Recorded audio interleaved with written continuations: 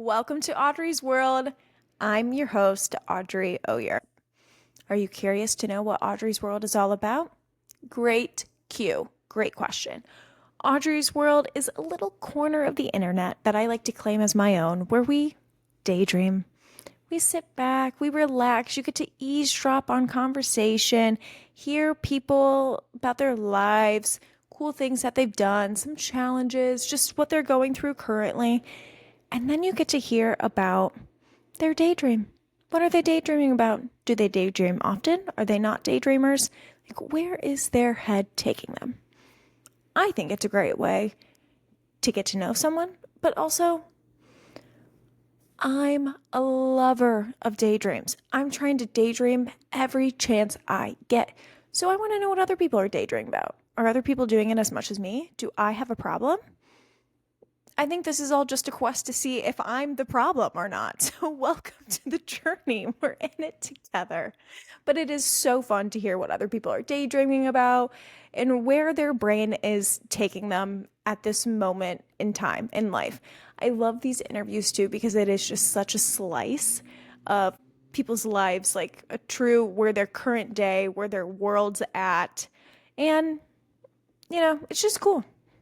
It's fun. It's interesting. I enjoy it. So there's that. No other explanation needed. Done. I enjoy it, period. And that's what brought us here today, to Dave's World. So welcome to Dave's World and welcome Dave Woods to the podcast. Woo!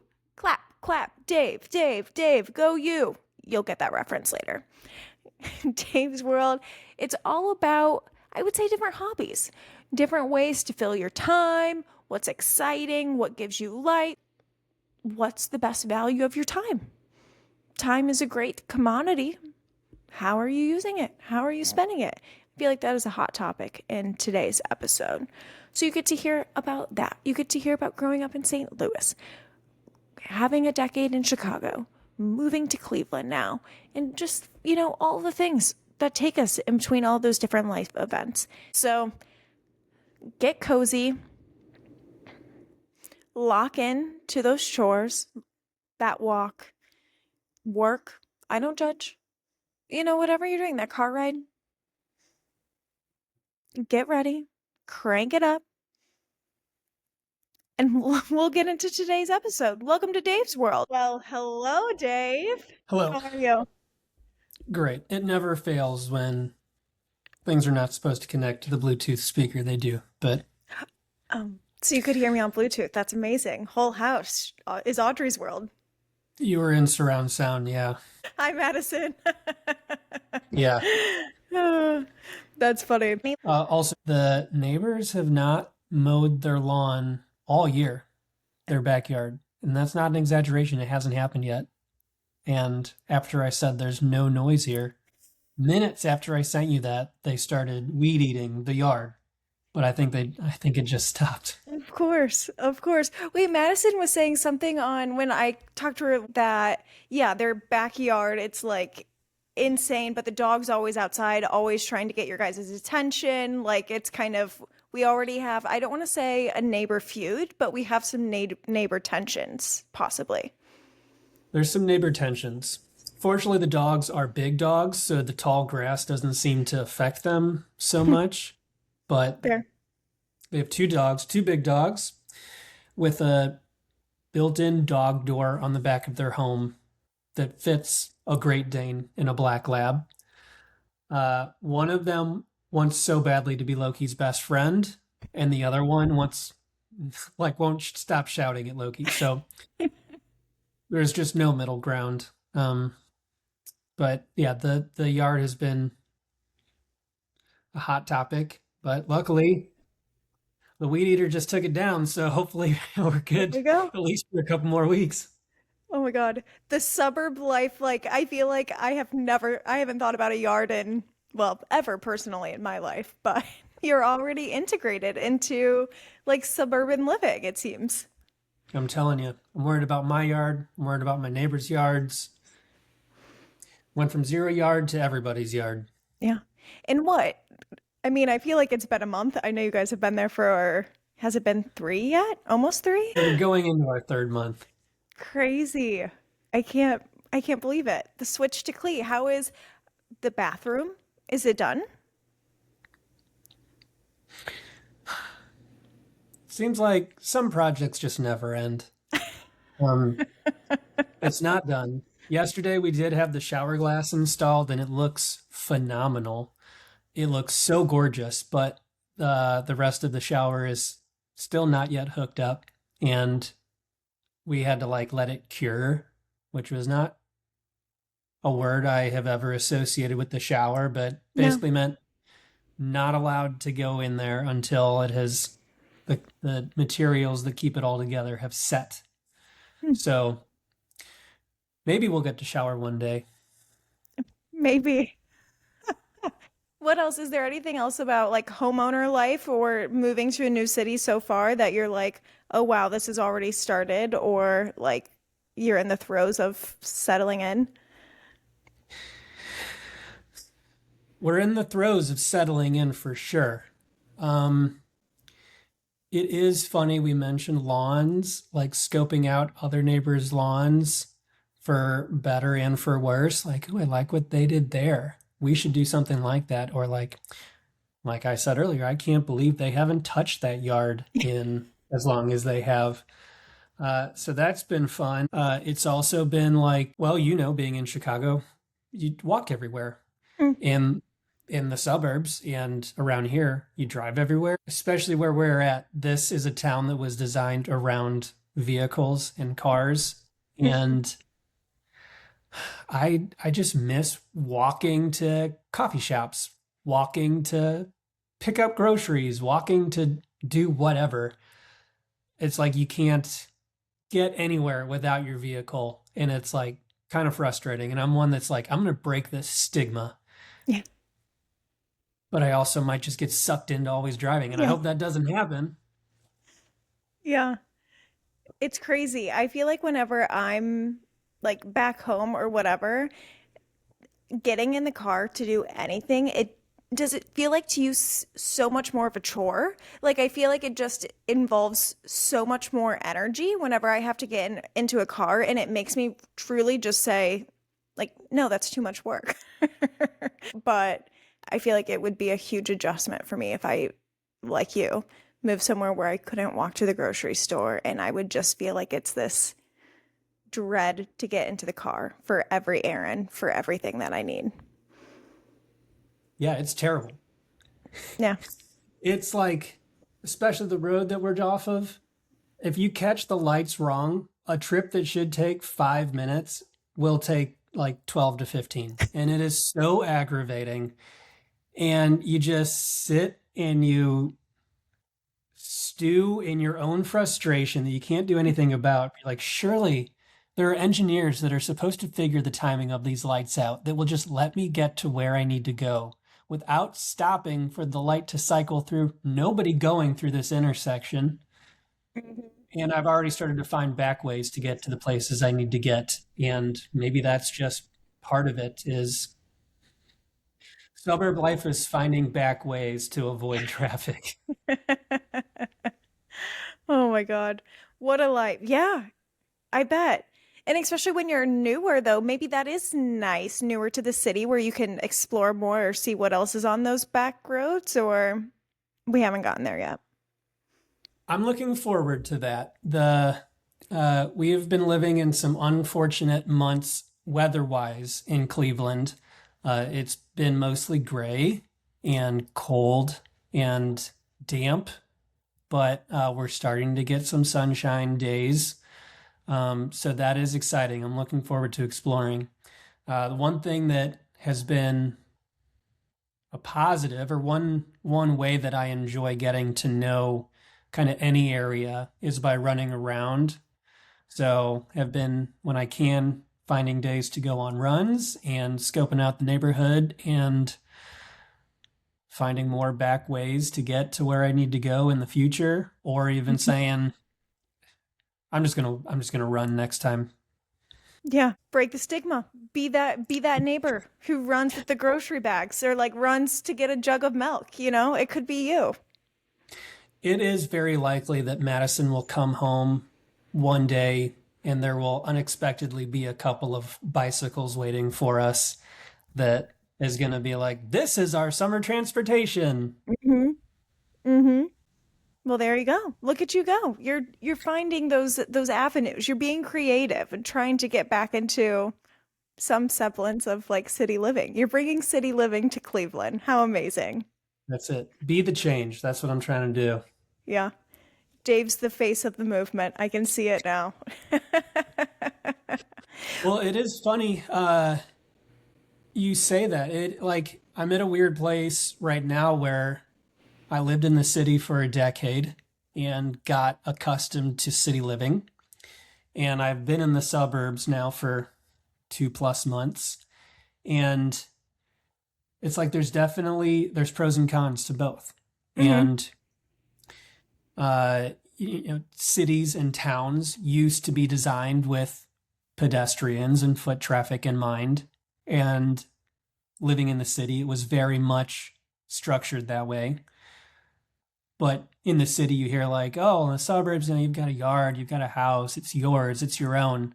But you're also so separated. And like there's a certain benefit from like a human level of being forced to walk around your neighborhood and interact with other people and just get a sense of what's going on that you kind of lose in the suburbs. And it's like, but isn't this is how things develop? This was supposed to be the fix, but it's not quite. Yeah. We can always evolve. We can always see what's next. Like I guess that I'm thinking of like the evolution of malls, and like the suburb living malls. Like I think all of that maybe came around the same idea or around the same time too. And it's like, these are some areas amongst other things that what can we do? What's next? How do these grow? What do these look like going forward? And I don't know. I think it will be interesting. But you seem to be keeping busy, but I feel like that was always you in Chicago though too. Like in Chicago, you I felt like always had something outside of work or just you were always busy with something. But it seems like in Cleveland, maybe that's unpacking a little bit or like is woodworking? Are we calling that a new hobby, a new thing? Yes, I will. Hobbies, yeah, it's been an interesting transition because yes, in Chicago I had hobbies or one major hobby that occupied the majority of my life for a large part of the year and certainly my social calendar. My fear was that moving away from Chicago I would lose that, but I guess where there's a vacuum, energy rushes in. And we have been finding ways to keep ourselves busy. Yes, I'm fortunate that Madison had an established network here. So we've been connecting with people, visiting family and friends that she's had for a long time, which has been nice. Uh, but personally, uh, nobody nobody really tells you that buying a home is also kind of like inheriting a never-ending hobby. Like there's or Yeah. like a never-ending to-do list. There's Hmm. like always something going on or always something we want to do. So, yes, specifically with the woodworking, it's also funny going from a apartment of any size, but a large apartment to a house. You realize, wow, we don't have stuff to fill this place with. We got to Yeah. go find some new stuff. And what we've been finding is as nice as new furniture looks online, the quality is not great. Mhm. So we have become hobbyists of the thrift store and the marketplace Yeah. and finding vintage, we'll say, well loved furniture that comes in various states. And yes, I have been sometimes because of my own faults finding new ways to bring this old furniture to life. Um, Fixing it up. You're like DIYing. I love it. giving them a second life, Yeah. old to somebody else, new to us. Another fun part of the home life, the home ownership life is I'm sure that your male listeners will appreciate, but something I'm new to is a garage. Not that I don't want to come across that ladies can't enjoy the garage, but it does seem like one of those areas that is like de facto dude lair in most homes, we'll say. But that's been fun. It's like a cave of wonders that like I raised that door and there's no telling what I'm gonna get into in there. Like currently there is an end table that is disassembled, that is in the process of being refinished. I've got now some weights set up in one of the corners where I got a pretty good workout in last week. Been working on the car a little bit. My grills are in there. It really is like the door It's opens home and of you the don't know seven what's going to wonders of Dave. Like, happen. yeah. Yeah, I feel like Aladdin. And there's no telling what's going to happen. That's funny. Yeah, I'm not gonna lie. The garage part, I mean, I would love to have a place to put my car, but that's the only thing I think of it. It's like a covered area for my car and it stops and ends there. But wow, look at all the possibilities that could happen in a garage. I'm telling you, the time that I've already spent in there working on things, but then also just like staring at the walls and like, what else can I do with this space? Mhm. I love it. You got to be So thinking that's been about it. fun. Yeah. It's a ongoing project. Like you said, being a homeowner, there's always things. I mean, in everyone's house. I've been in my apartment for what? Like 5 years. I'm still thinking of things I can do. Not like tear down a wall like you guys could do, but there's always something. What There's about always something. there's always something. What about like did you always grow up? I want to say like doing handiwork, like repairs, like was that something that a skill that you've had, or is this something that you're really finding recently? I want to say it is a skill that I am rediscovering, or perhaps just discovering. Growing up, and even now, my dad is super handy. He's the kind of person that just can fix anything. And growing up, helping him in some capacity with different projects and things, that was always kind of like just part of growing up. But especially now, having a house, I realized like, wow, I missed learning way more than I probably could or should have. And with living in an apartment for as long as I did, there was never a need for him to come over and like, hey, show me how to fix this. It was like, I'm just going to call the landlord and it's going to fix itself. Yeah. Uh, but yeah, he was always up to something, fixing something, and I think part of that, hopefully, I inherited. But as the weather warms up and there become new opportunities for working on things, I think his phone is going to be getting busier. Pretty busy. Yeah. I That is something that's so cool to me. My cousin Kaylee, her dad and her brothers are so handy. Like growing up, Kaylee and her mom would look at something and be like, "We want this kind of table." And then literally like a month later, they have that version of a table or whatever. And my mom and I were always just like in such awe. We think it's the coolest thing. And my dad, like, we love him so much, but he has other skills. He has other strengths, and that is just not one of them. So I feel like I am constantly in awe of anyone who can do like any handiwork or just like if you could fix something like that. It's truly like a skill that I've never really seen in real life. So it just seems like, whoa, people still do that. Like you, that's crazy. Yeah. Yeah. I mean, I remember growing up hearing like my mom say, like, your dad has saved us so much money over the course of our lifetime because he can just like fix anything. And it's like, wow, yeah, I really hope I got that gene. Uh, and maybe in some capacity, hopefully it's there, but I haven't been tested yet. But what has been fun, Madison's dad, my father-in-law, does have a wood shop, and he has been working in there on some different things for the house, and I've been helping him out. So it's been kind of fun to learn some different skills from a different father figure more recently. And honestly, being able to flex a little bit some of the know how that I already possess and being like, have you thought about doing it this way? Just throwing it out there. Maybe.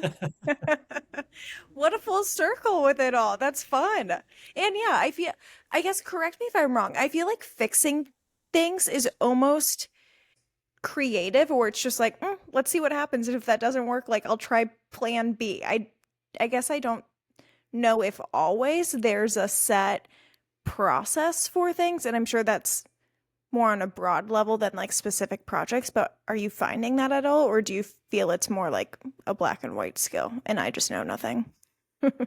No, I think you're right. I think you're definitely onto something because, like any project, you can lay it out and think you've got everything planned out, and then inevitably something doesn't go as it was supposed to, and you have to adjust. So there's definitely a certain amount of creativity that comes with like both identifying what is this new thing that I want and how am I going to build it, but then also like, wow, I really messed up measuring that. Now what do I do with what I have left? That would be me every time. Or like, that is not the color I thought I bought. Yeah. Oops. What can we do? We have extra spare payment.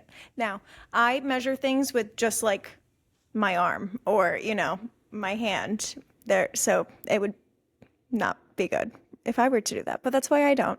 I think as long as you measure twice and cut once, that's supposed to be the secret. We'll see. We'll see. But so tell me about the like change with your time now. So before, a lot of it, as you mentioned, was mostly Frisbee, I think is what you were hinting at. So how did you even get into Frisbee? Like what's the lore with it in you? Well, yes, you are correct. For nearly a decade, I spent time both playing for and then serving as the head coach of Chicago's professional ultimate frisbee team, the Chicago Union. Go you. Go Union. Uh, and between the months of January through August, that was the majority of what I was spending my time doing. And it was great to have both a social outlet and something to occupy my time and use hard and soft skills to lead a team. And yeah, people around here have been asking for like, is there a team here? And no, there's not a team here. There are some teams in the region, but not closer than that. We'll see where it goes. How did you originally get involved with Frisbee? Like, was it something you just stumbled upon in high school, college, or? Well, so I, like a lot of people now, I think, was introduced to the sport probably early on, but didn't really pick up that it was an actual sport. Like PE classes will usually do segments on Ultimate Frisbee or like some version of Ultimate Frisbee with like a loose understanding of the rules or at least a loose application of the rules. Uh, so I was aware of the sport, played with my friends in high school. We had like a not a league, but we would play frequently on like certain half days and things like that. Uh, Probably unlike most people, I never really went on a college visit. I pretty much picked my college based on three criteria, which was, are they going to, do they offer a selection of majors that I am interested in? Do they have a bowling team? And do they have an ultimate frisbee team? And fortunately, some close friends went on a college visit to a college that had all of those, and that was the one for me. So I got into the sport because at the new student festival where they like parade all of the incoming freshmen through the student union and have all of the clubs try to recruit and latch on to the freshies. I got I got approached by the captain of the Ultimate Frisbee team. They said that there was a pickup game happening immediately following the festival. So my roommate and I both sprinted back to our dorm room to grab our gear, went to the field where they were at, and that was basically that was it.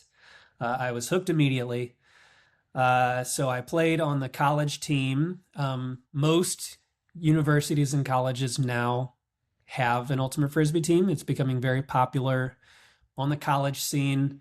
Um, in Chicago, it is a bigger sport in the Chicagoland area. There's high school teams and leagues. There's even middle school teams and leagues, and the Chicago Union even hosted youth programs and camps for kids like 5 to middle school aged. That's awesome. Um, so it's like it is becoming more a part of the fabric of America.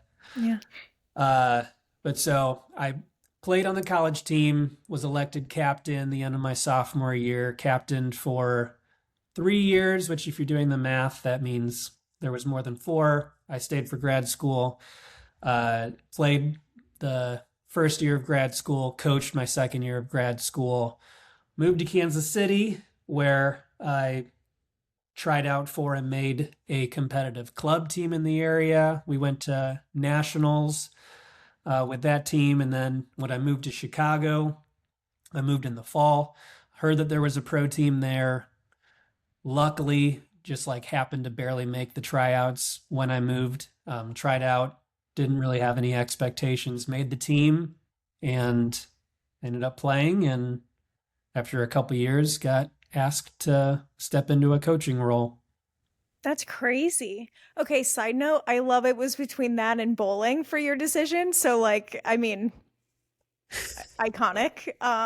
But what what a like ride with your whole college career playing two different professional teams. Did not know that. Crazy, cool. And then getting to coach. Like what a I don't want to say full circle, but what a cool like experience in so many different ways with the sport.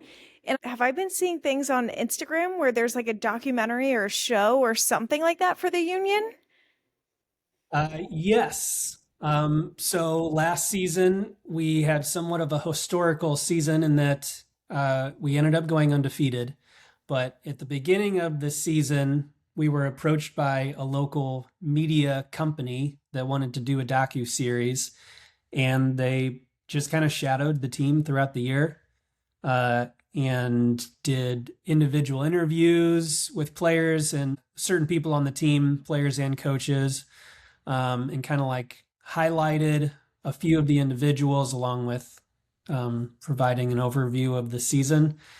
And I didn't think much of it and knew that was happening. They came to my apartment in Chicago and interviewed me for several hours, and that was kind of that. And then the next thing I heard, I started getting texts from people in Chicago of with pictures of televisions with my face on it, No way. and they found out that Marquee Sports Network picked up the series. They were a union partner previously. They were showing replays of our games to the Chicagoland area and picked up the series and started airing the episodes, one of which is focused on me and my story. So I just recently got to see it. It was very touching. It was very well done. The team that did it, the main guy is very talented. He's a really good storyteller. So it's pretty cool. Yeah, I That's don't know. wild. Was it wild seeing yourself like on TV and seeing your story? Like I feel like, doing the interviews and stuff, it could be one thing, but then once you see it, was it different than you thought or more striking in some ways? The way that he framed my episode particularly, I was very impressed. It was a very touching story that they told. They focused on um, both my story, but then also the players' interpretation of my leadership and their, I guess, appreciation of my leadership, which I even say in the episode, like you don't necessarily know fully how people perceive you, or you don't know how you're perceived by others all the time. And um, it was just nice to get that like affirmation that like I have touched a lot of lives through this position that I held. And yeah, it was just great. Um, in terms of seeing myself on TV, yes, I've not necessarily seen myself in that capacity before. They do one of the seasons, ESPN2 was one of the league's media partners, and the team in 2022 made it to the championship game versus New York. And in certain dead times, they will randomly re air that game because it was like an epic game. And I'll get texts from people at like all hours of the night, just like, hey, good luck, Dave. I saw you're playing a game. Hope you win. Oh my gosh. And I just like don't have the heart to say like, do you know what time it is? Like there's no way this game's live, first of all. And also, I can't bring myself to let you know how it ends. We unfortunately lost to New York in that championship game, but uh yeah, it's been a wild ride, and like you said, kind of a crazy story arc from humble roots to now Yeah. having coached for so many years. So everyone tune into the episode to learn more and to support the union. Exactly. Thank you for that. I love it. I feel like I don't know what year this was. I'm thinking maybe 2023, maybe 2022. But all I can think of whenever you're talking about like your tournament play for Frisbee is when we were at Rachel's house for Lake Weekend and you all of a sudden jumped off the boat, swam to the house, and ended up like driving yourself to a game and then came back later that night. And I'm just like, wow, the commitment. I don't know. That's just what I remember. That's how it goes. When duty calls, you leave the boat party to go coach on the sideline. I think it was just the exit as well. We were in the middle of the lake. We just see Dave pop off the boat, swim to the house. Yeah, and duty called. He was at the game coaching hours later. Like, what a day. The things you do as a coach, you know? That's right. Yeah, that's just one example of an average day in the life of a professional frisbee coach. And the leadership that Dave had for Yeah. the team. Aw. Do you that is cool to have the story and then yeah, hear the affirmations, hear more people's perception, I guess. But when I hear about that leadership, I guess I'm also thinking and attributing it maybe to your experience in Big Brother, Big Sister. So I don't know, do you feel like those two organizations that you were a part of ever, I don't want to say overlapped, but were there ever any like similarities or pieces of yourself that you noticed were trends because of either of those leadership-y things? I think so. I mean, what's kind of funny is I teased that, like, although the team that I coached were adult men according to age, oftentimes it felt like it was just a group of boys just waiting to be told what to do and where to go and didn't listen. Uh, but I think one of the benefits that I have seen from the coaching experience is the communication aspect, and kind of now being able to go into kind of any scenario, situation, room and talk coherently. Um, and I think that the communication skills that I learned through coaching did translate well to Big Brothers Big Sisters, and just knowing questions to ask, knowing how to pull conversation out of a young boy who oftentimes is uncommunicative. Uh, so it definitely there was some overlap there.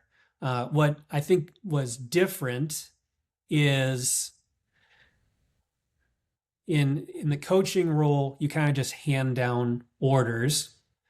In Big Brothers Big Sisters, you're leading by example. And while you don't always realize it. They're always watching what you're doing and how you're doing it. And I think that's less of a thing in the coaching role. Um, it was fun. He came to several of the games and got to see me in that coaching role, and then Oh, that's cool. got the signed Frisbee from players, and we got to throw around on the field afterwards. So Oh, um, it was great. But I mean, I also coached a summer league dive team to put myself through college. So I think I had some of that communicating to younger people skills already developed before I joined with Big Brothers Big Sisters, and maybe also how I knew I wouldn't completely fail. But it turns out it is also kind of hard to fail at just being a mentor in Big Brothers Big Sisters. Pretty much if you show up and just engage, that's like all a young kid needs to yeah. in their life. Yeah. It isn't, I think of, I guess when I think of coaching, I may be thinking of like a younger version of myself, which is why I was seeing those maybe correlate in a different way. But yeah, you were coaching like technically adults, so maybe not exactly the same, a little different.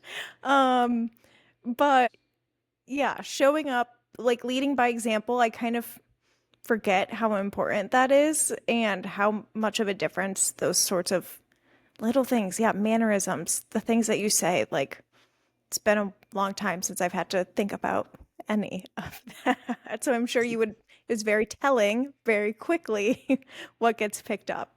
Yeah, watching what you say is crazy around children. Like in the adult coaching world, you just let it fly. Yeah. You cannot have him going home to his mom and repeating what I said in a huddle at a Union game. Mm-mm. Mm-mm. Not the same. Not the same. Aw. Well, that's awesome. I'm glad that you had that experience. I'm like, were you a part of Big Brothers Big Sisters for a few years? I feel like ever since I know you, you were a part of it. Yes, I was in Big Brothers Big Sisters for 6 years. Uh, 6, really? Oh my gosh. and I was with the same boy for the entire time. He joined at the youngest age you could possibly join. He was waiting to turn 7 so that he could get a big, and he turned 7 in September, and I think we were matched at the end of September. Oh. So I was with him from age 7 to 12, and it's fun to look back on pictures from our first outing to our last outing and how much he has changed and grown and like started like at my waist height and was at my head height by the end of it. Um, but it was a great experience.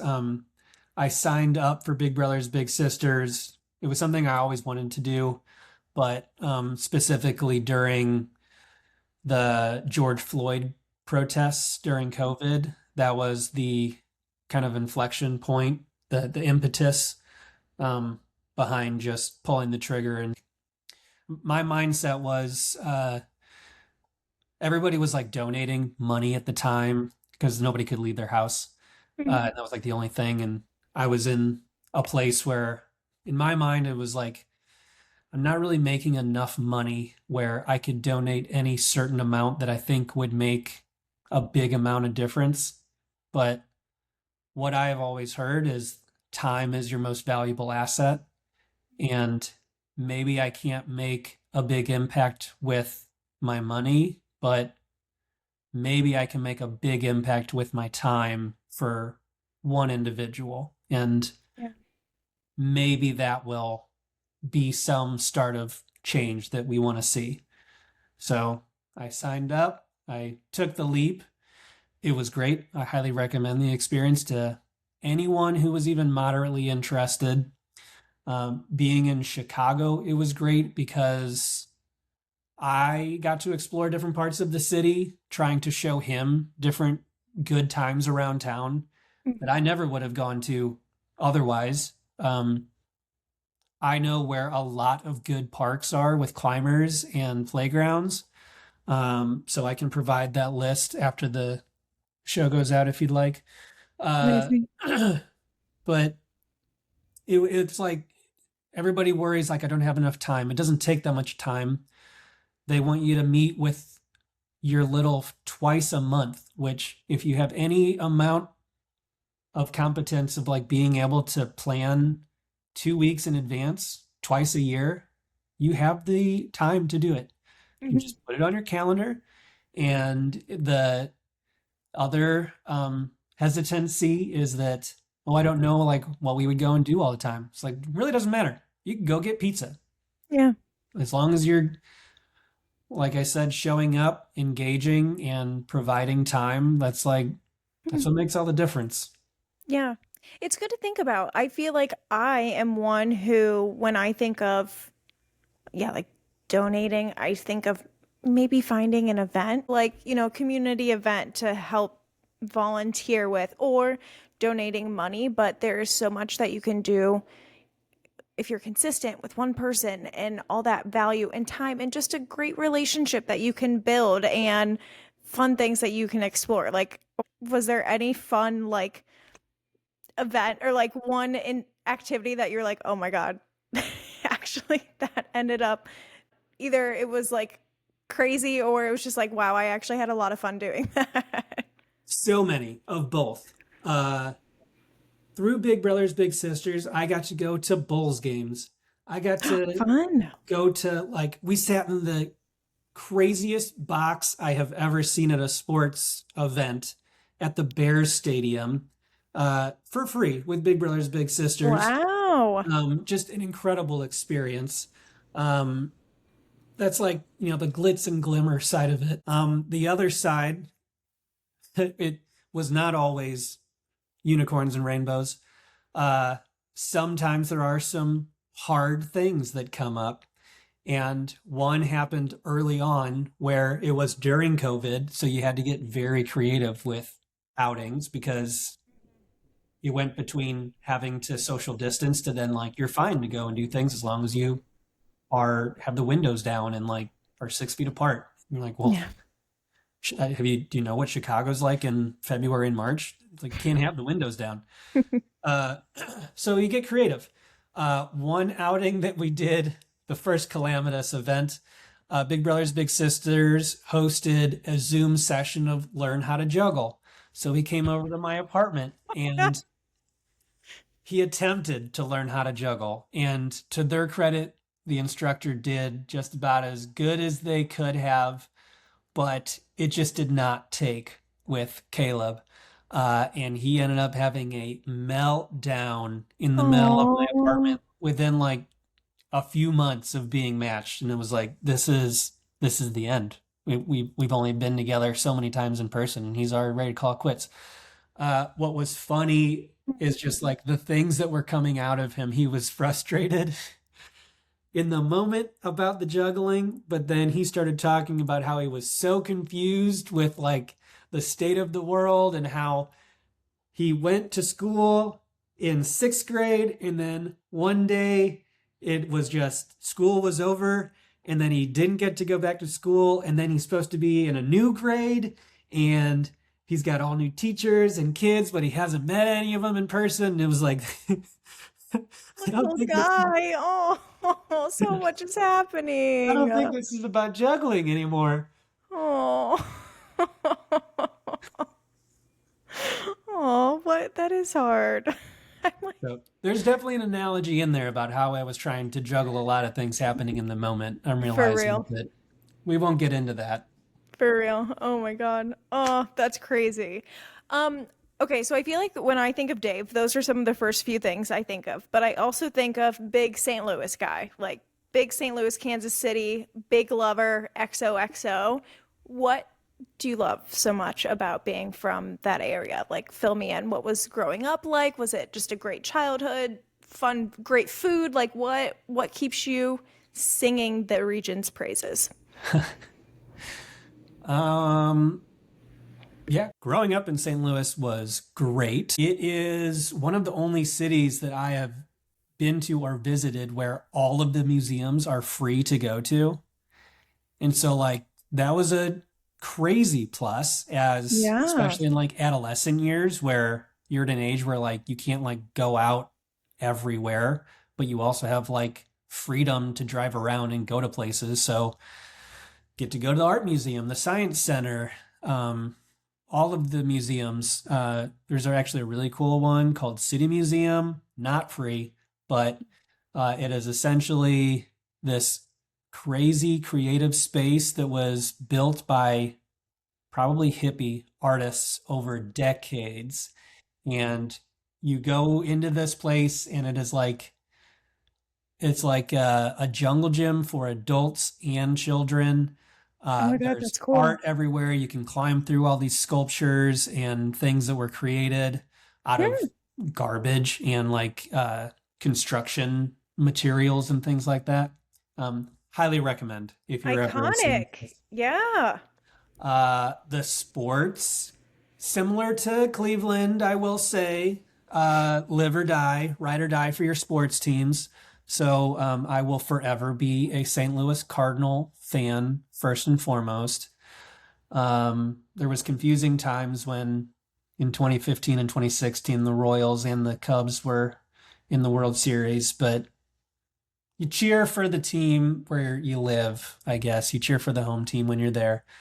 Uh, but growing up there was great. Lots of friends. Like you said, the food is good.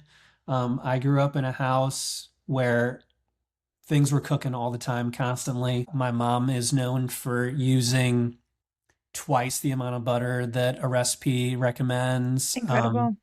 Yeah, like if she went to culinary school, she could have been a fresh French chef for sure because she Yeah. uses so much butter.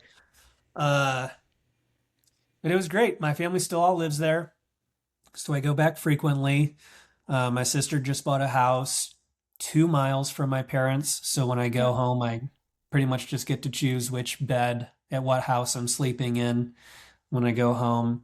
Um, Friends are still there. Like you said, I lived in Kansas City for 5 years, and that city, I actually it reminds me a lot of Chicago in that it feels like it's a city with young people who like to have a good time, eat good food, drink good stuff, and everybody just has a good time. Yeah. I think one thing that's special about the Midwest, growing up in kind of any Midwest city, is like there is a sense of community and like taking care of each other. Um, I've actually thought about this quite a bit because like certain areas of the country you don't necessarily get that. I Yeah. think it's because the Midwest has such crap weather a lot of the seasons. Like, and because it changes so frequently and like you have to prepare. And sometimes people don't prepare and you're like, here, borrow my umbrella. Yeah. Didn't you know it was going to rain Because today? that might be me in 2 weeks, so I'll help you out. So yeah, fair. Yes. And like we get the cold where you just have to like hunker down. And especially in like Chicago and Wisconsin and Minnesota, what do you do when you can't go out? Like you just get some beer and you Mhm. just have a time. So Invite the that was neighbors over, see what happens. you go sit on a frozen pond and put a line in the ice and just drink a case. It's flashy things that we get really excited by in the Midwest. And I guess that's what people on the coast say. You just fly over, but they don't know what they're missing out on. Yeah, that is nice. And so your sister is your older sister, correct? You're not the oldest? Well, Audrey, you are not the first person in our lives to make that mistake. Who's who's the oldest? I am the oldest. Really? I know it's surprising. There is So a, you and Madison are, wow, I did not know that. I thought you were the younger sibling. I know I put out this youthful energy, but it should be no surprise with the coaching prowess that I possess that I got a lot of practice growing up on a younger sibling. Eldest sibling energy. Yeah, fair. There is a story where famously I'm getting dropped off at college, moving into the dorms freshman year. Whole family gets out of the car and everybody's running around like chickens with their heads cut off because that's what move-in day is like freshman year. And everybody starts asking my sister what dorm she's in and where she's taking her stuff, and she's like, "Oh no, it's It's him. that kid, not Yeah, me. it's him moving in. That child. Please help him with his belongings." Oh my gosh. Well, sister, so sorry for the air, but I really thought she was the eldest daughter. And I thought that's why I got along with her so well. But I guess it was other things. It could have been. I like to think that I had some impact in her being so mature, like, and just Hmm. hard I, skinned. yeah. Oh, that's what us older siblings are for. I love, still to this day. Well, now my brother, have you noticed this at all? I was like very, I'll say leadership qualities, maybe controlling over like the activities we did, like all of that sort of thing growing up. But now it's really switched and he has the leadership now in the adult age. Have you noticed that switch for you and your sister? She has been given the title of CEO of the Mm. family. Uh, I don't know that I was necessarily ever the one that they went to for the planning, but certainly it was not a title I was trying to We're seeking out. seek. Uh, but yes, she has earned the title of family CEO. I mean, it might be the nature of um, her being so close to the family and me being miles away. But when it comes to like Mother's Day, I'm texting her like, did we get something? Do I need to Venmo? Or the text actually went like, Mother's Day's coming up. Are we gonna do the thing that we always do where we buy her the gift card so she can buy the flowers? And she said, "Oh, that's a great idea. Yes, I'll take care of that." It's like, thank There you. we go. There we go. It's a coordination, it's a collaborative effort. But yeah, fair. That's siblings, that's families for you. There's give, there's take, there's lore. You got it all within every family, but That's it. It it takes is a what it is. village. It takes a village. I'm starting to realize that more as I'm seeing like friends raise babies and things. I'm like, oh, I see. I understand that a little bit more than I used to. Yes, that is one of the reasons that we ended up back in Cleveland because we recognize there It are takes a village. there are limits to the things that we know and the skills that we possess, and we are going to need to lean on others. Hmm. It's good to know when you need help. That's maturing. That's a part of life. So look at you guys go. But a part of that, I know you had said with like home ownership and things, you're always thinking about the future. But the thing about Audrey's world is I love to just hear what people are daydreaming about. And well, even if they daydream. So, Dave, are you a daydreamer? Do you like to daydream? I daydream. I think you got to daydream. You gotta. You got to have goals. Or maybe that's what my daydreams consist of. I'm pretty goal oriented. Uh, I learned that New Year's Eve about you. Yes, very goal oriented. yeah. And it's like, if you run out of things to check off your goals list, like, what are you doing? My friends and I actually have a little mantra that is to the effect of if you stop trying to chase your goals, you are going to plateau. And so, because hashtags were popular at the time that we came up with this, we say hashtag no plateau. Uh, Yeah, and we hold ourselves accountable. We hold each other accountable to making sure that we're good. living up to this no plateau lifestyle. Yeah, I feel like my daydreams have changed recently. My goals have changed where before there was no house, now there is. Um, But I think beyond just the four walls of a house, I find myself thinking about like kind of like I was talking about earlier, like this this neighborhood that we're now in, this like way that we're living, it's great, but like is it perfect? No. Like, small towns, used to be close knit, built, like I said, built for people. Now things are not necessarily as they were in the 1940s, but uh, I do feel like I take it upon myself to be that change, and I find myself forcing people to wave back when I'm out on my runs. Mm-hmm. Going out and talking to neighbors who are mowing their lawns and shaking their hands and um, yeah, Creating that community in a lot of ways, it being seems like. being seen riding my bike where I could have otherwise driven. So I don't know if that answers your question, but it's like I said, I'm in like a weird place where I've experienced both city life and now I'm experiencing suburb life. And it's like there are pros from both. Like, how can we as a society marry the pros from both things and like not lose what I think you hear the lore of Americana? Mm-hmm. How can we actually experience this today when it feels like at some point we lost it? Like, okay, we lost it. How do we bring it back? Yeah, Like, let's do it. I mean, we talked about volunteering. Madison and I actually volunteered with Habitat for Humanity and uh like built the framing of a house and like that's got together amazing. with other people in the community. Like we saw it as both a way to meet people, give back some of our time to others, and then also um, hopefully maybe pick up on some new homeowner skills.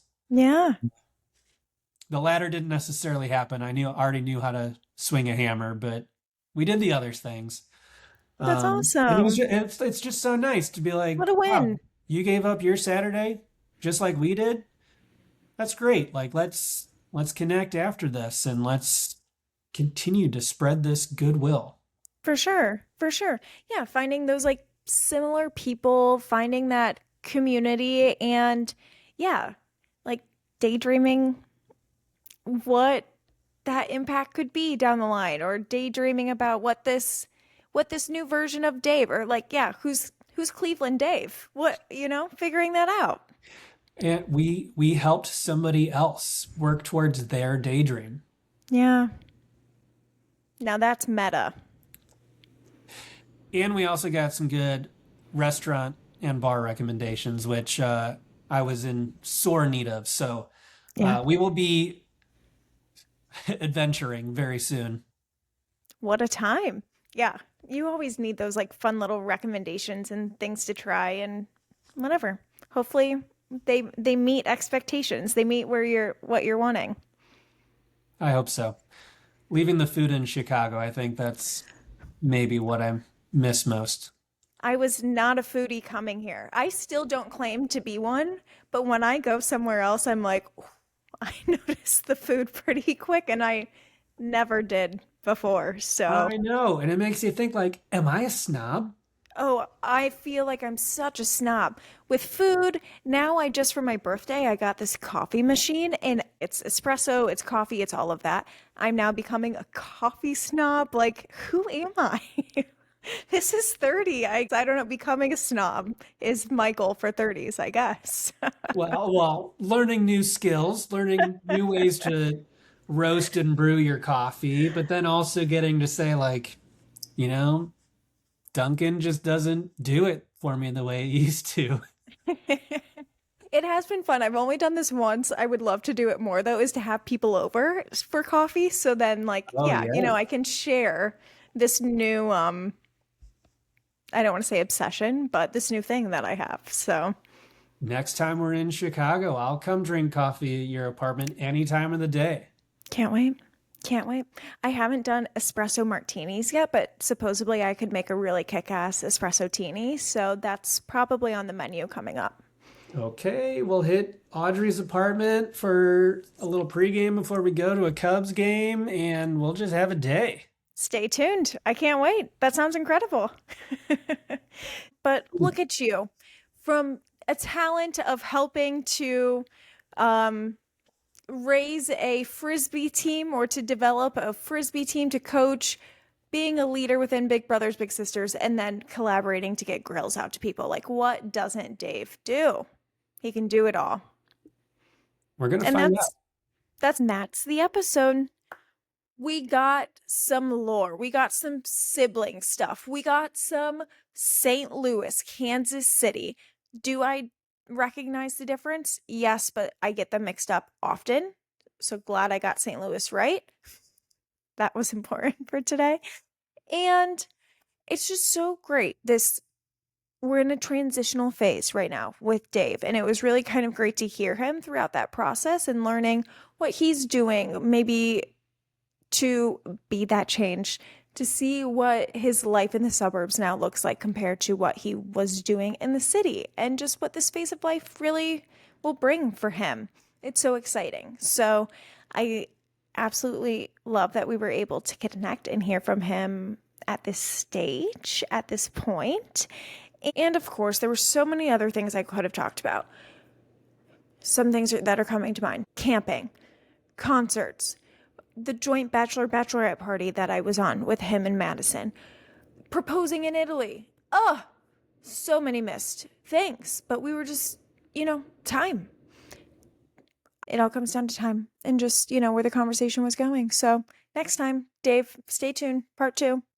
See you in 5 years, I guess, for that part 2. But I think today's episode was such a great reminder that the value of your time doesn't have to be the Big Brothers Big Sisters where you're spending time every 2 weeks doing something to make an impact. It could be saying hi to your neighbor, waving to your neighbor, helping someone out, or, like leading by example in some of those ways, in that it might take up your time a little bit, but you never know the impact or the domino effect that could happen from it. So that was a great reminder, Dave. Yet again, another leadership, eldest sibling quality coming out of you, which we, the audience, and me sincerely appreciate. So thank you for demonstrating those skills, demonstrating all of those during today's conversation. So shout out to Dave. And I appreciate and thank you so much for supporting the episode today by listening. If you would like to continue to support, you can like, rate, review, subscribe, or follow wherever you're listening. I'm on Apple Podcast, Spotify, iHeartRadio, and YouTube. You can also follow me on Instagram at _Audrey's World and on TikTok at Audrey's World. Technology. So thank you so much for taking time out of your day to listen. And you can tune in again next Tuesday for another episode with another incredible guest. Love ya. See you soon. Bye.